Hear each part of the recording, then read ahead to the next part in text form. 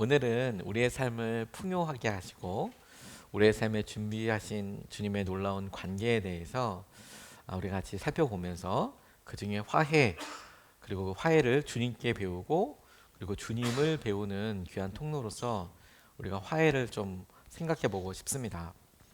오늘 본문 말씀은 용서와 관련된 말씀이에요.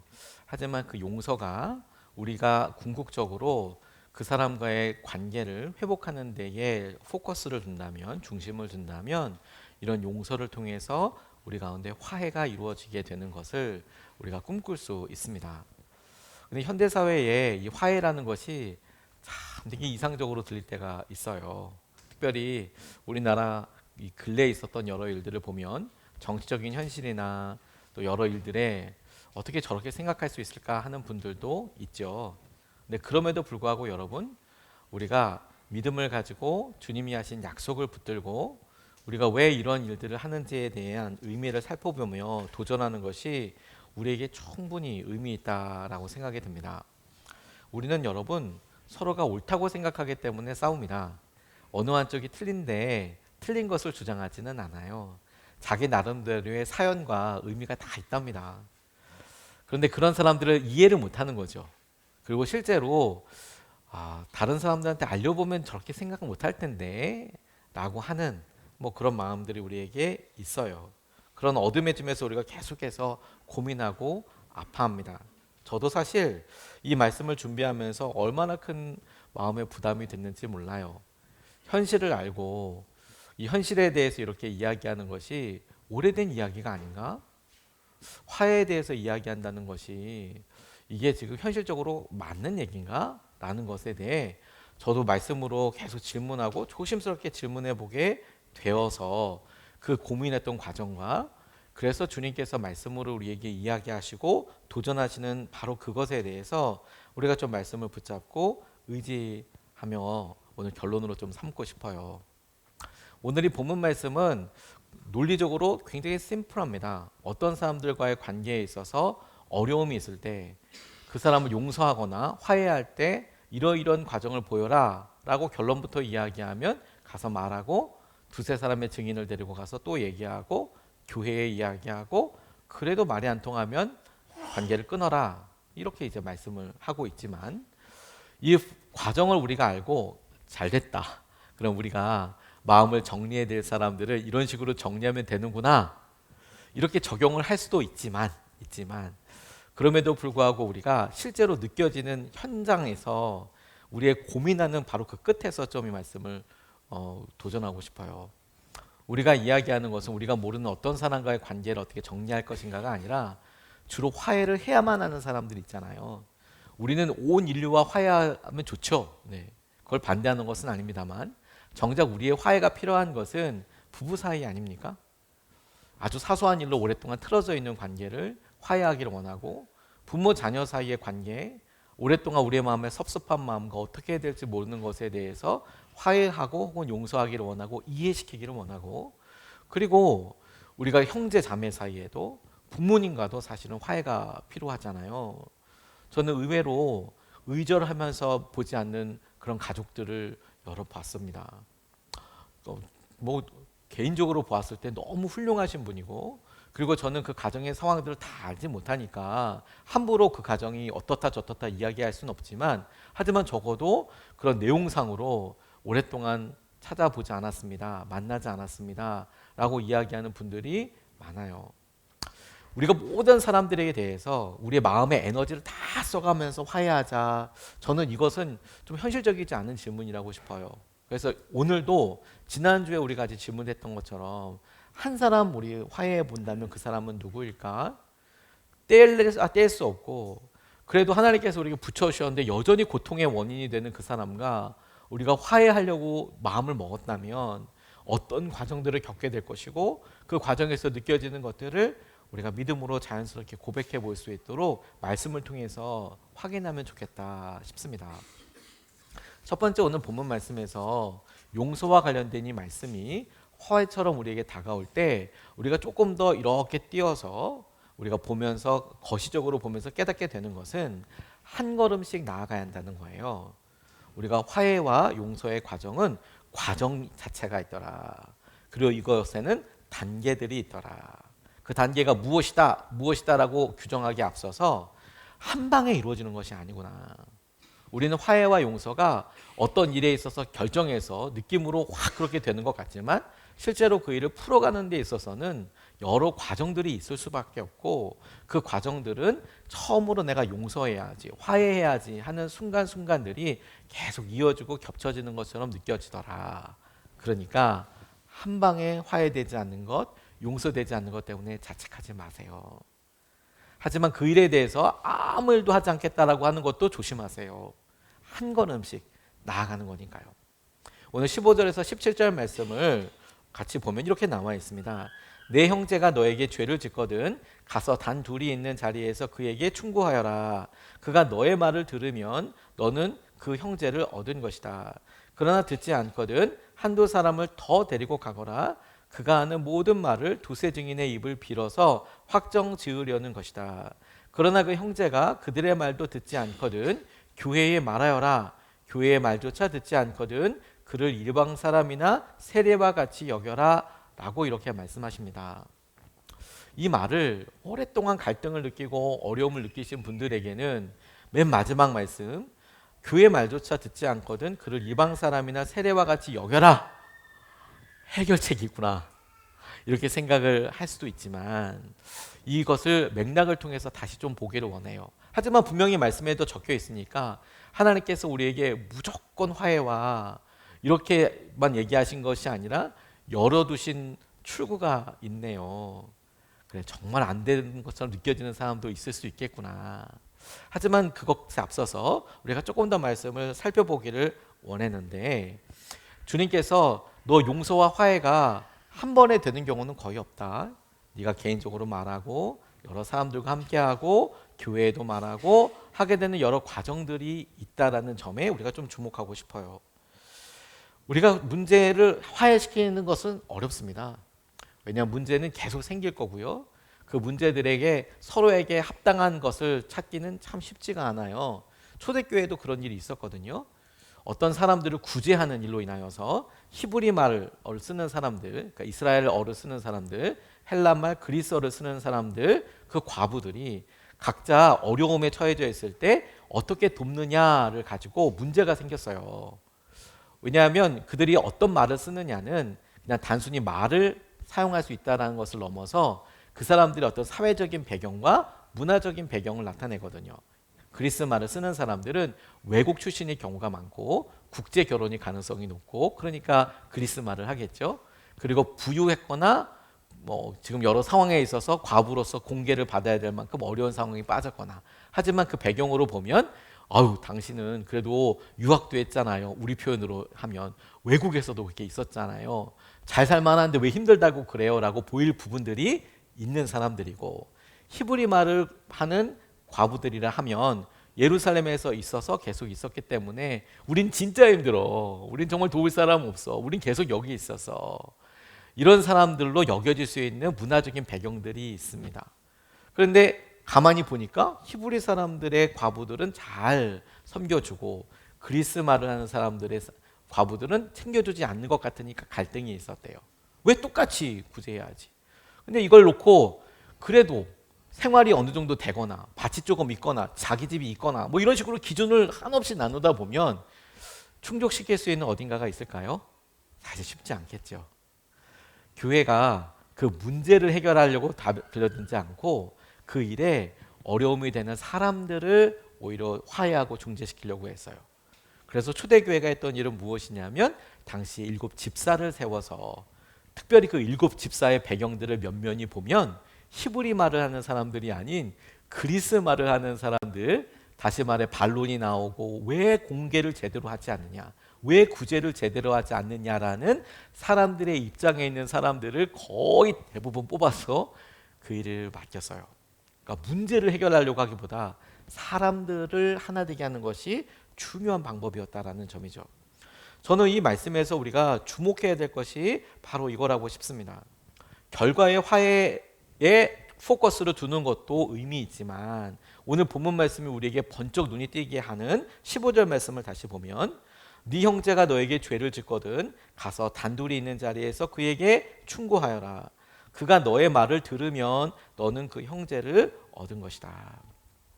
아, 내가 불편합니다. 내가 이로 인해서 이런 피해가 있습니다. 아픔이 있습니다. 라고 이야기할 때 이걸 참는 것만이 미덕은 아니고 이걸 잘 전달하는 것이 필요하구나. 이게 너무 중요하죠. 근데 사실 이게 제일 어려워요. 잘 전달하는 것이. 왜냐면 우리도 이게 우리의 상처이고 우리가 당신한테 잘못했어 라는 느낌으로 이야기한다면 반대편도 반드시 화를 낼 테니까. 내 입장은 이렇잖아. 심지어 그분이 잘못했다고 하더라도 그렇게 이야기하는 사람들이 대부분이잖아요. 그렇죠? 요즘 막 주차 문제 이렇게 문제되면 그렇게 대놓고 왜 됐냐고 하면 될 데가 없잖아 뭐 이러면서 얘기하는, 상식적으로 이해가 되지 않는 그런 분들도 있죠. 들어보면 또 그 마음에 그런 것들을 공감하지 못해도 그 이유는 있구나, 적어도 이렇게 생각할 정도이죠. 하지만 여러분, 우리가 그런 우리의 마음을 이야기할 때 이 본문 말씀이 우리에게 딱 제시하는 건 뭐냐면, 그 사람이 만약에 너의 말을 듣는다면 너는 그 행동을 통해서 형제를 얻게 될 것이라는 거예요. 형제를 얻은 것이다. 그러니까 그 사람을 얻게 되는 것이죠. 그러니까 우리가 우리의 마음과 어려움을 당연히 이야기해야죠. 이야기할 때 우리의 목적을, 이거 문제를 해결해야겠어. 아, 이거 진짜 아파, 힘들어. 그러니까 이걸 안 하게 했으면 좋겠어. 이렇게 시작돼서 당연히 접근하고 이야기하지만 우리가 이것의 동기와 목적을 조금 더 올려서 이 일을 통해 내가 그 사람을 얻을 수 있도록, 형제를 얻을 수 있도록 그렇게 기도해 보면 너무 좋겠다는 생각이 들어요. 그러니까 문제를 얘기하지 말라는 것도 아니고, 다만 이 문제를 통해서 그래, 이것이 해결되기를 원하고 이러이러한 것이 있어, 이러이러한 것 때문에 제가 지금 어려움이 있습니다. 그런데 이런 일을 통해서 나는 당신과 관계가 어려워지려고 하는 것이 목표가 아니고, 이 일을 통해서 당신과 더 잘 알게 되기를 원하고, 그리고 이 일을 통해서 이 문제가 해결되기를 원합니다. 그러니까 사람의 중심을 두는 것이 조금 더 좋은 목표처럼 보인다는 거예요. 15절 말씀에 충고하여라 라고 번역되어 있는 엘랭손이라는 그리스어가 단순히 충고라는 의미가 아니라 책망하다 혹은 잘못을 지적하여 깨닫게 하다라는 의미이거든요. 그러니까 내게 있는 어려움을 이야기하는 것은 분명합니다. 그런데 그렇게 이야기하는 것을 통해서 솔직히 이야기할 때 우리가 정말로 필요한 것은 그 사람을 내 형제로 얻기 위해서 할 수 있는 지혜를 가져야 되겠죠. 다시 말해서 우리가 얼마든지 이 문제를 해결하고 나서 사람을 잃는 경우들이 많이 있잖아요. 요즘 TV 프로나 이런 것들을 봐도 여러분, 옳고 그름의 문제 중요하죠. 옳고 그름의 문제가 안 중요하지는 않습니다. 그런데 우리가 옳고 그름의 문제를 끝까지 이야기하다 보니 나중에 지나놓고 나니 어려움이, 그 사람을 놓쳐버리는 경우들이 너무 많은 것이죠. 그리고 의외로 보면 그래, 그런 옳고 그름의 문제가 그때는 참 중요했지만 그 사람의 태도나 왜 그런 일들이 그렇게 받아들여졌는지를 또 이해하게 될 수 있는 때가 오거든요. 결국엔 사람이 되게 중요했구나. 여러분, 불특정 다수 모두에게 인류 전체화하자는 것이 아닙니다. 적어도 우리가 사랑해야만 하는 사람이 있고 그 사람이 내 남편이고 아내이고 부모이고 자녀이면, 그러면 어떤 때는 옳고 그름의 문제가 중요함에도 불구하고 그 사람을 놓치지 않도록 형제를 얻기 위해서 그 사람에게 내 불편을 이야기하기도 하면서도 마음에 주목하게 하는 것이 중요하더라는 겁니다. 그런 의미로 우리가 이야기할 때 당신 왜 그래?가 아니라 내가 이 일로 인해서 얼마나 힘든지, 아이 메시지라고 하죠. 내가 얼마나 힘들었는지, 사실을 중심으로 해서 내가 어떻게 느끼고 있는지, 그래서 이 일로 인하여서 당신 생각은 어떤지, 왜 그러고 있는지. 그럴 때 기도가 필요한 이유도 우리가 감정과 감정에 부딪히려고 하는 것이 아니라 내 지금 어려운 형편과 내가 지금 당하고 있는 고난이 당신이 그것을 붙잡아서 풀어줄 수 있는 것에 대해서 이해시키고 또 협조를 구하고, 그리고 내가 당신과 좋은 관계를 유지하고 싶다라는 것에 여전히 관심이 있다는 그런 사랑을 표현하는 것이 너무 중요한 일이라고 싶어요. 두 번째로 오늘 본문 말씀에서 우리가 주목하는 것은, 저는 오늘 이렇게 말씀을 끊어읽으면서 너희들이 어떤 사람을 용서할 때, 어떤 사람과 화해하려고 할 때 네가 가서 그렇게 솔직히 말해라. 그리고 두세 사람이 가서 이야기해라. 그리고 교회에 얘기하라. 이런 과정이 주님께서 우리에게 용서와 화해를 이야기하실 때의 이 전체의 맥락과도 딱 맞아 떨어진다고 생각하게 됐어요. 17절 이후에 주님께서 말씀하신 내용들을 가만히 저는 생각해 보면서 우리를 화해가 필요한 그 사람에게 대하여 우리가 그 사람을 자유하게 해줄 수 있는 그런 능력이 우리에게 있습니다. 우리가 그 사람을 자유하게 해줄 수 있어요. 18절 19절 말씀을 보면 이렇게 나와 있습니다. 내가 진정으로 너희에게 말한다. 무엇이든지 너희가 땅에서 매는 것은 하늘에서도 매일 것이요 땅에서 푸는 것은 하늘에서도 풀릴 것이다. 이 말은 너무 중요한 것이 여러분들이 지금 그 사람의 삶을 매일 수도 있고 풀 수도 있다라는 겁니다.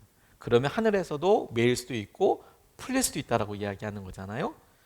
19절 내가 진정으로 거듭 너희에게 말한다. 땅에서 너희 가운데 두 사람이 합심하여 무슨 일이든지 구하면 하늘에 계신 내 아버지께서 그들에게 이루어 주실 것이다. 이렇게 말씀하고 계세요.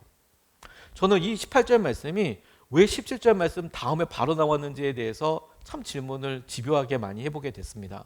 무슨 말이냐면 혼자 가서 이야기해 말 듣지 않아? 두세 사람이 가서 증인을 세워서 같이 얘기해 말 듣지 않아? 교회에 이야기해 그래도 말 듣지 않아? 그러면 세리처럼 여기고 관계를 끊어라. 그러면 우리는 되게 시원할 것 같잖아요. 근데 바로 그 다음 절에 주님께서 하신 말씀이 뭐냐면 주님이 지금 이 과정을 쭉 이야기하면서 너 그런데 기억해봐. 그렇게 이야기하기로 결정할 때 네가 여기서 묶으면 하늘에서도 묶여.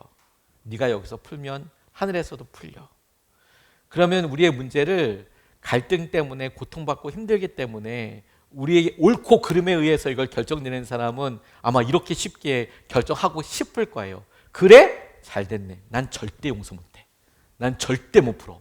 하늘에서도 풀려? 나 그 꼴은 못 봐. 라고 결정할 수 있겠네요. 그러니까 주님이 이렇게 너에게 죄 지은 사람이 있으면 네가 가서 그 사람이 직접 얘기하고 그 사람이 말을 듣지 않으면 두세 사람 세우고 교회에도 얘기하고 그래도 안 되는 사람이 있을 수 있어. 하지만 안 되는 사람이 있을 수 있지만 너 명심해라. 네가 그 사람을 풀어줄 수는 있어. 네가 이 땅에서 풀면 하늘에서도 풀릴 거야. 이 말은 그 사람과 나와의 관계가 당장 보이기에 끊어진 것처럼 보일 수 있지만 적어도 우리가 그 사람과의 관계를 우리가 용서하고 우리가 화해를 구하는 것을 통해서 그 사람이 하나님께로부터 풀어지고 화해할 수 있도록 열어줄 수는 있다는 거예요. 근데 우리 참 이거 하기 싫죠. 내가 고통스러운데 그 사람도 고통스럽기를 저만 그런가요? 우리는 사실 너무 우리의 고통이 너무 크잖아요.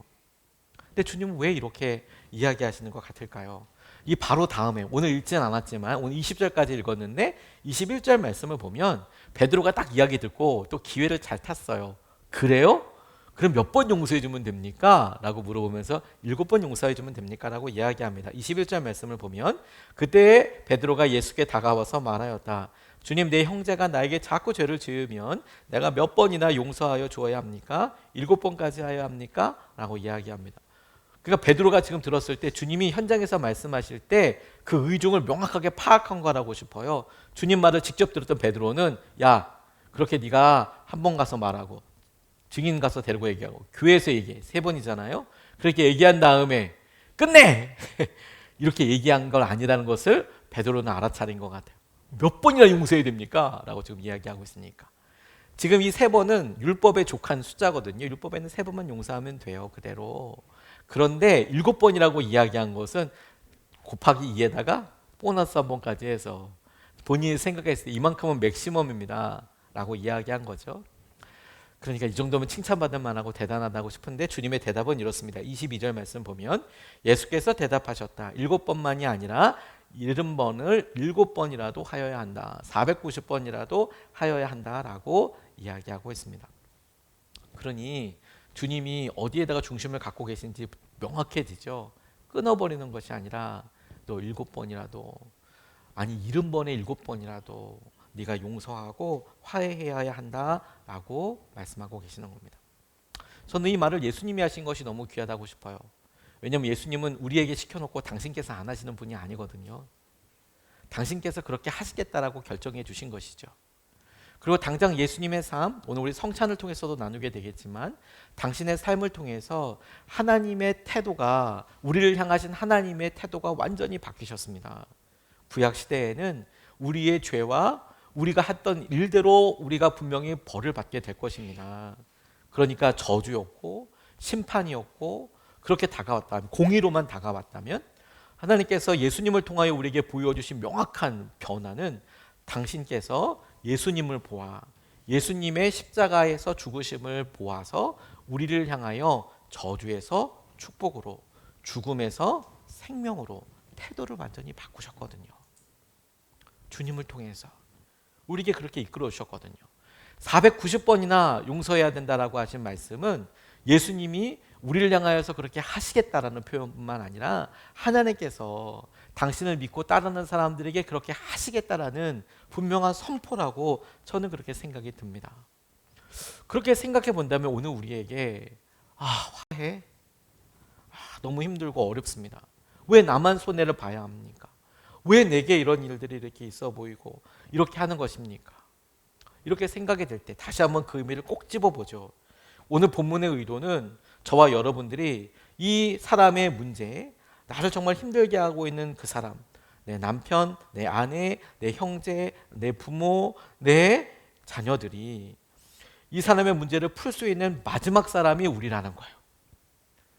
그래도 막혀있는 그 사람을 열어줄 수 있는 마지막 사람이 우리라는 겁니다. 축복해 줄 수 있는.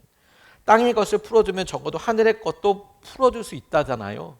우리가 풀어서 적어도 그 사람이 하늘의 것을 누릴 수 있도록 열어줄 수 있는 유일한 사람이라는 겁니다. 또 하나님께 기도할 수 있는 유일한 사람이라는 거예요. 두세 사람을 데리고 와서 증인을 구하라면서요. 저는 이것이 우리에게 주님께서 얘기하시는 것과 똑같다고 싶어요. 두세 사람이 와서 증인 삼다 그러면 우리는 내 편 내줘, 내 편. 내 상황이 어떤 줄 알지.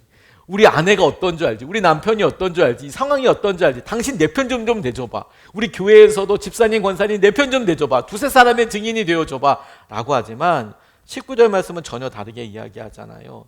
너희 가운데 두 사람이 합심하여 무슨 일이든지 구하면 하늘에 계신 내 아버지께서 그들에게 이루어 주실 것이다.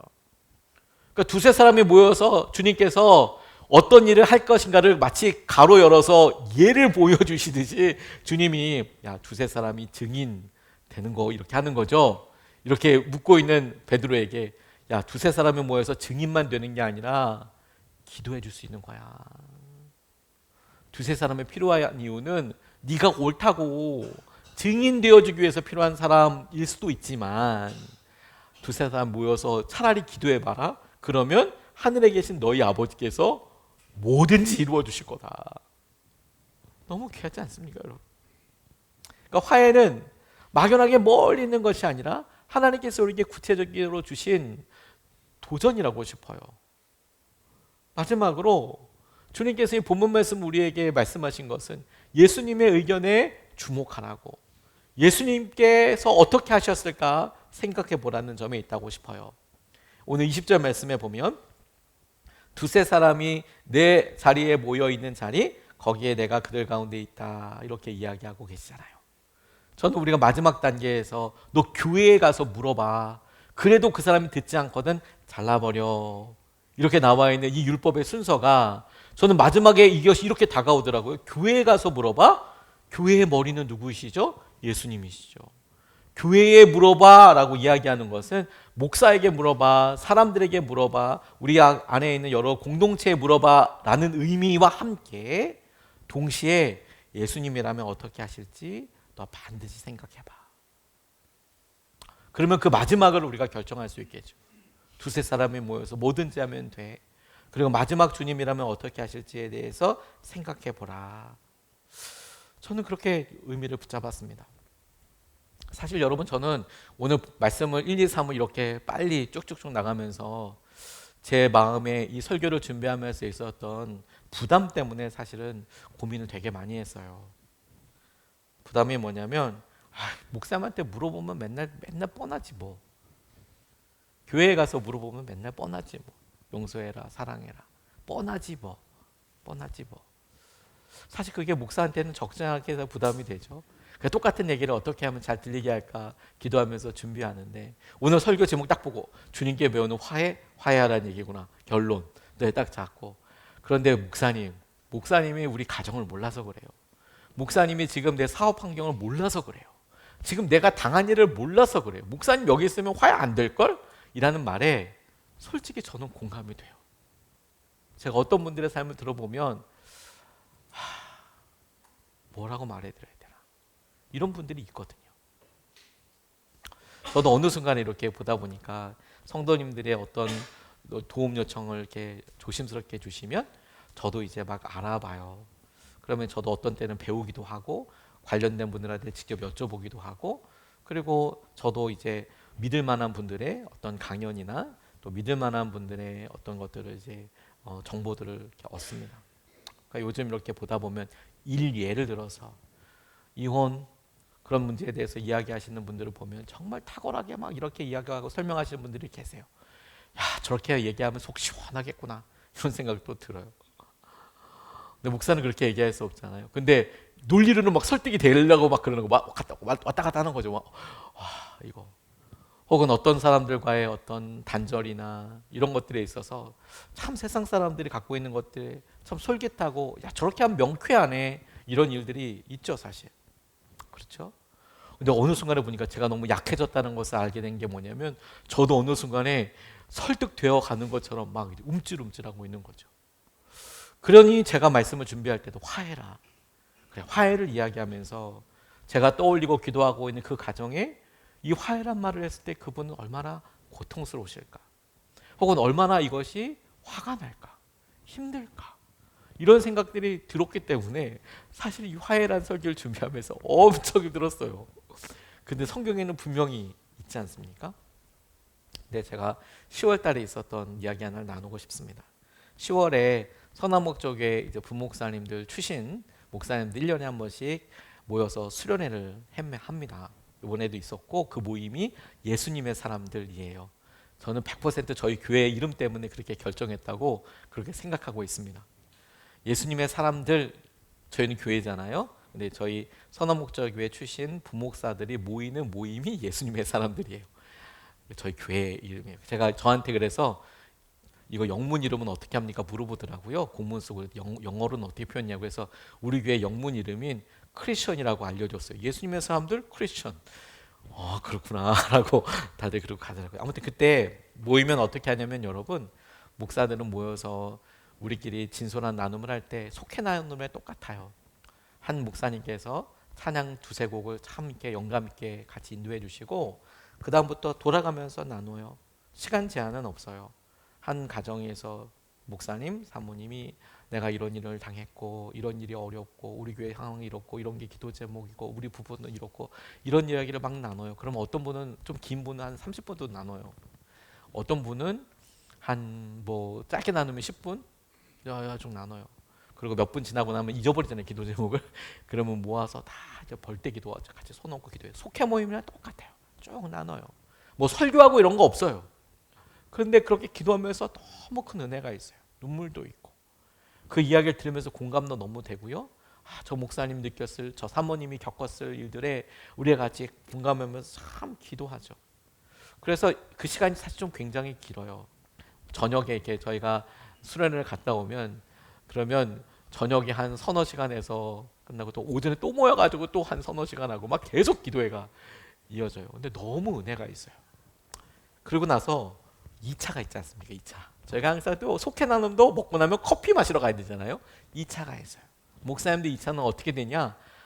그러면 기도회가 한 10시쯤 끝나거든요. 9시나 10시쯤 뭐 끝나야 끝나는 거예요. 네, 끝나야 끝나면 이제 나머지는 못한 말은 내일 하는 걸로 하고, 이제 오늘 그 얘기를 가지고 이제 비하인드 이야기를 하러 또 방마다 모여요. 친한 목사님들이, 우리 서로 다 친하지만 한 방에 또 다 모여가지고 이제 막 얘기하는데, 이때는 남자, 여자 이렇게 목사님들, 사모님들 막 모여요. 근데 이런 얘기가 있었어요.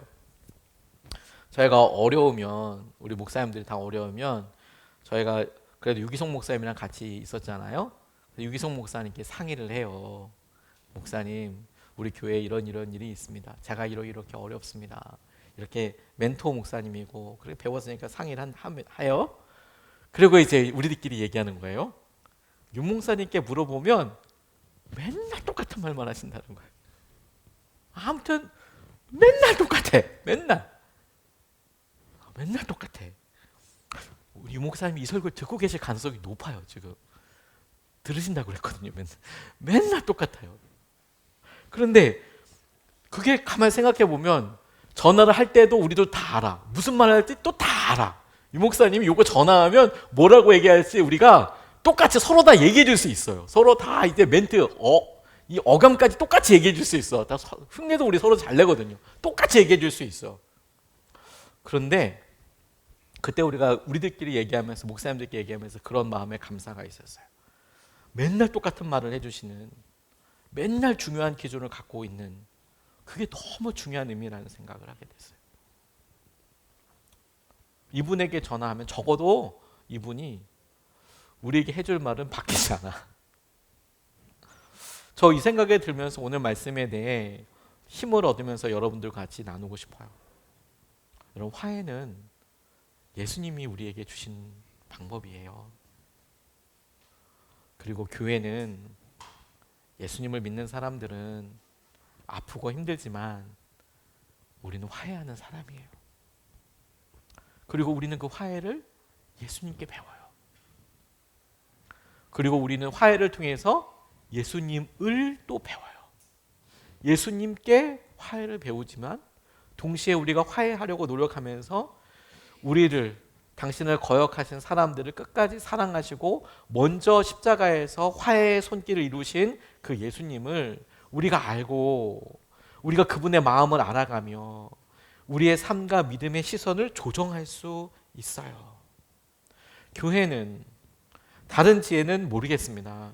경영, 어디 무슨 사업에 있어서 어떤 거 이런 거 다 모르죠. 그 지혜를 아는 사람은 거기에 전문가들이 더 잘 알겠죠. 하지만 예수님이 대답해 주시는 것이 무엇인지에 대한 대답은 명확하게 갖고 있습니다. 그리고 그 대답에는 주님의 지지, 주님이 그 일을 원하셔, 주님이 그 일을 하셨어, 그리고 그 길을 우리에게 원하셔라는 분명한 지지와 힘이 있다라고 우리는 믿습니다. 손해보는 것 같죠. 근데 주님의 말씀은 너무 분명하지 않습니까?